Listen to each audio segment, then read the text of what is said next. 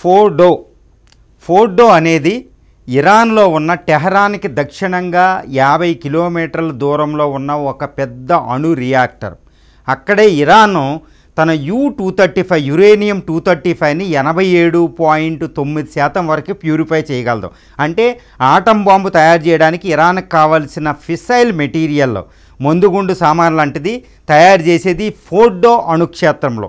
ఇప్పుడు ఈరోజు రాత్రి అమెరికా తన B-2 స్పిరిట్ బాంబర్స్తో ఈ ఫోర్డో అణుక్షేత్రం మీద తీవ్రమైన దాడి చేసినట్టు తెలుస్తుంది. ఎక్కడ అంతకుముందే నాటాజు, అదేవిధంగా బుషేహారు వీటి మీద కూడా తీవ్రమైన అటాక్ చేసింది అరాక్తో పాటు. కానీ ఈ ఫోర్డో అణుక్షేత్రం అనేది చాలా చాలా విశిష్టమైనది. ఎందుకంటే అక్కడ U-235 ప్యూరిఫికేషన్ జరుగుతుంది. అక్కడ రష్యన్ సైంటిస్టులు సహకారం చేస్తున్నారని కూడా తెలుస్తుంది. రష్యన్ సైంటిస్టులు అక్కడ నుంచి పారిపోయారని తెలుస్తుంది. ఎందుకంటే ఈ B-252 బాంబర్స్ను ఉపయోగించిన MOAB, mother of all bombs తీవ్రత వల్ల అది భూగర్భంలోకి వెళ్ళి 80 నుంచి 90 కిలోమీటర్ల లోతులో, అంటే జాగ్రోజు ఎల్బర్జు మౌంటైన్స్ కలిసే చోట భూగర్భంలో అండర్ గ్రౌండ్లో ఈ అణుక్షేత్రం ఉంది. ఎందుకంటే అమెరికా ఇజ్రాయెల్ చేసే దాడిని తట్టుకోవడానికి. కానీ ఇప్పుడు America B-252 bombers bunker burst bomber అని కూడా అంటారు, GUB-57.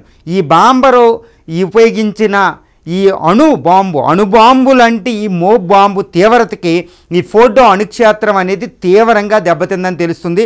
అందులో అణు రియాక్టర్లో రేడియేషన్ బయటకు వచ్చినట్టుంది. రేడియేషన్ IAEA ఇన్ఫర్మేషన్ ప్రకారం, according to international atomic agency, atomic energy agency of Geneva, there is a clear cut radiation effect అనేది అక్కడ ఉందని తెలుస్తుంది. అక్కడ ఈ రేడియేషన్ వల్ల అక్కడ వాటరు అన్నీ కూడా పొల్యూట్ అయినట్టు తెలుస్తుంది. అందుకనే రష్యన్ సైంటిస్టులు కూడా అక్కడ నుంచి పుతిన్ గారి ఆజ్ఞతో అక్కడి నుంచి రష్యా వెళ్ళిపోయారని తెలుస్తుంది. ఈ తీవ్రత అనేది ఇప్పుడు ప్రపంచం ఆందోళన వ్యక్తం చేస్తుంది. ఎందుకు నిన్న 2 రోజుల క్రితం వ్లాడిమిర్ పుతిన్ రష్యా అధ్యక్షుడు దీని మీద అటాక్ చేస్తే అది చెర్నోబిల్ 2.0 అవుతుంది. ఒకప్పుడు యూరోప్లో 1983 సంవత్సరంలో పేలిన అణు రియాక్టర్ లాంటి రేడియేషన్ రిలీజ్ చేస్తుంది. ఈ ప్రాంతం రేడియేషన్ గురవుతుంది. నా కాస్పియన్ సీ రష్యా కూడా గురవుతుంది. కాబట్టి దీన్ని అటాక్ చేయొద్దని చెప్పింది ఎవరు? పుతిన్.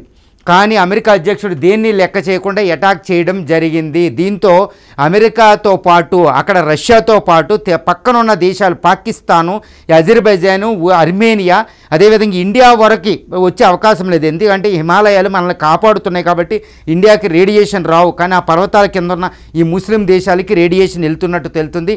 9 కోట్ల మంది ఈరోజు ఇరానియన్స్ రేడియేషన్ ప్రభావానికి గురయ్యేటట్టుంది. ముఖ్యంగా ఈ టెహరాన్ రాజధాని ప్రాంతం, కోమ్ సిటీ, ఈ ఫోర్డ్ సిటీ, ఈ కనాబ్ సిటీ, ఈ లావిష్ సిటీ, ఈ సిటీల దగ్గర రేడియేషన్ ఎక్కువ ఉందని తెలుస్తుంది. అంటే అమెరికా ఒక అణుబాంబుని అక్కడ ప్రయోగించినట్టే అయింది. అందువల్ల ఇరాన్ మీద ఇది ఒక అణు దాడి అని చెప్పొచ్చు.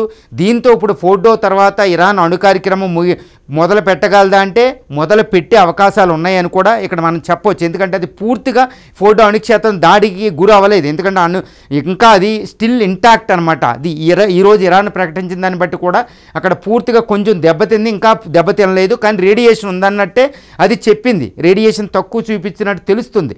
ఎందుకంటే ఇరానియన్ ప్రజలే భయపడుతున్నారు.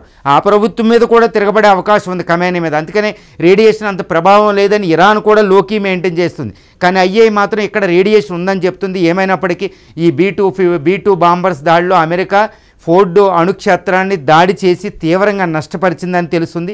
ఈ రేడియేషన్తో అక్కడ ఉంది. రష్యన్ సైంటిస్టులు పారిపోవడం కూడా ఇక్కడ జరిగింది.